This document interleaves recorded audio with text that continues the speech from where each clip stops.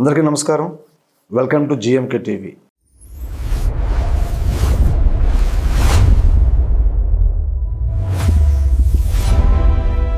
ఈరోజు మనం చేయబోయే వీడియో ఏంటంటే, నేను చేసే ప్రతి వీడియో కూడా ప్రాక్టికల్గా ప్రతి మనిషికి కూడా బాగుండాలని, లైక్ చదువు, ఉద్యోగం, వ్యాపారం, రైతు, అన్ని యాంగిల్స్లో వాళ్ళ బ్రతుకులు బాగుండాలని ఎంతో కొంత ప్రతి ఒక్కరికి మనం డబ్బు ఒక్కటే అనేది అనుకోం. ఒక సంవత్సరానికి 10,000 రూపాయలు ఫీజు కడితే మంచి విద్య ఇస్తారు ఒక స్కూల్. ఒక 1,000 రూపాయలు పెట్టి నాకు ఒంట్లో బాగాలేదు అంటే ప్రిస్క్రిప్షన్ ఇస్తారు ఒక డాక్టర్. అక్కడ ఇచ్చేది ట్రీట్మెంటే, డబ్బు కాదు ఇచ్చేది. అక్కడ ట్రీట్మెంట్తో భవిష్యత్తు బాగుండాలని, ఆయురారోగ్యాలతో బాగుండాలని మనం కొన్ని విద్యని వైద్యాన్ని ఇలాగా మనం చూసుకుంటాం. అలాగే నేను చెప్పే సబ్జెక్టు కూడా రేపు మీ భవిష్యత్తు, మన భవిష్యత్తు, అందరి భవిష్యత్తు బాగుండాలని నేను కొన్ని వీడియోస్ కొత్తగాను లేకపోతే బాగుండాలను మంచి ఉద్దేశంతోనే చేస్తాను. అలాగా ఈరోజు ఒక రైతు గురించి మాట్లాడదామని నేను ఇవాళ వీడియో చేస్తున్నాను. ఇప్పుడు చాలా మంది దగ్గర చాలా బంగారం, లేకపోతే కొంత డబ్బు, లేకపోతే చాలా వెండి, లేకపోతే ఆస్తులు, లేకపోతే చాలా ఉంటాయి. చాలా మంది జెంట్స్, లేడీస్ కూడా బంగారం, వెండి అనేది చాలా ఇష్టమైన వస్తువు. అది దానికోసం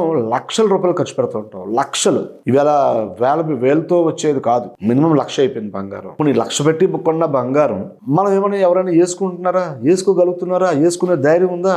రోడ్డు మీద 1 గ్రామ్ బంగారం వేసుకొని వెళ్తే ఎవడు చంపేస్తాడు, ఎవడు లాక్కెళ్ళిపోతాడు అనే భయంతోనే ఉన్నారు కదా. కానీ ఆ బంగారం కొనాలన్నా, ఆ బంగారం మెల్లో వేసుకోవాలన్నా, లేకపోతే విండో చైరో ఏదైనా కొనుక్కొని వేసుకోవాలన్నా కూడా ముందు మనం బాగుండాలి. మనం బాగుండాలంటే మంచి ఆహారం అనేది మన కడుపులోకి వెళ్ళాలి. మంచి ఆహారం వెళ్ళాలంటే రైతు అనేవాడు పంట పండించాలి. ఆ పంట పండించాలంటే రైతు బాగుండాలి. బాగుండడం అంటే ఆయన బాగుండడం కాదు, ఆయన బాగా ఉండేటట్టు మనం చేయటం. ఎలా అంటే ఈ రోజు కిలో టమాటో రూపాయి అయిపోయింది, జస్ట్ 1 రూపీ. అంటే వేసిన రైతు తప్పు అంటారా, లేకపోతే కొనని మన తప్పు అంటారా? రైస్, ఎనీ వెజిటేబుల్, భూమి నుంచి పండే ప్రతి ఒక్క ఐటమ్ కూడా రైతు వేస్తేనే మనం బతుకుతున్నాం. ఆయన లేకపోతే మనం ఏమీ తినలేం, మన అసలు ప్రాణమే ఉండదు. మరి రైతు బాగుండాలంటే ఏం చేయాలి? కనీసం ₹1 టమాటో ఉన్నప్పుడు జనరల్గా మనం పచ్చళ్ళు చేసుకుంటూ ఉంటాం. కమాన్, ఆ రైతు పారేయకుండా టమాటాలు కొనండి. సమ్ పచ్చడు లేదా టమాటాలు కొని కనీసం కొనండి. రూపాయి పెట్టి కొంట వల్ల మీకు నష్టమే లేదు. మీకు నష్టం అయితే లేదు. మరి రూపాయి ఏంటి? రూపాయి కూడా ఎందుకు పెట్టారో తెలుసా? పారే లేక, ఫ్రీగా ఎవరికి ఇవ్వలేక. మీరు ఇదే టమాటో 50 రూపాయలు అయితే లైన్ లో నుంచి ఉంటాం. మనం కోవిడ్ టైంలో మన టమాటో కేజీ ఎంత కొన్నా మర్చిపోయారా మీరందరూ? రేపు ఇంకో 4 నెలలు పోతే కేజీ 50 రూపాయలు పడుతుంది. రెడీ ఉంటారా మీరు దానికి? అలాగని ఎప్పుడో 50 రూపాయలు అవుతుంది, ఇవాళ రూపాయి పెట్టి ఏం కొంటావులే అనుకుంటే రూపాయి కదా, కొనండి. కొని పచ్చడి చేయండి, టమాటో చట్నీ చేసుకోండి, కొబ్బరి చట్నీ మానేయండి. అందాక మన ఫ్యూచర్ లో ఇలాక్కనైతే కొబ్బరికాయలు చూస్తున్నారు కదా, ఒక బొండం కొనాలంటే 30, 40, 50 దొరకవు. రైస్ చూస్తున్నారు కదా, కల్తీ రైస్. చైనా నుంచి ప్లాస్టిక్ రైస్ తింటారా?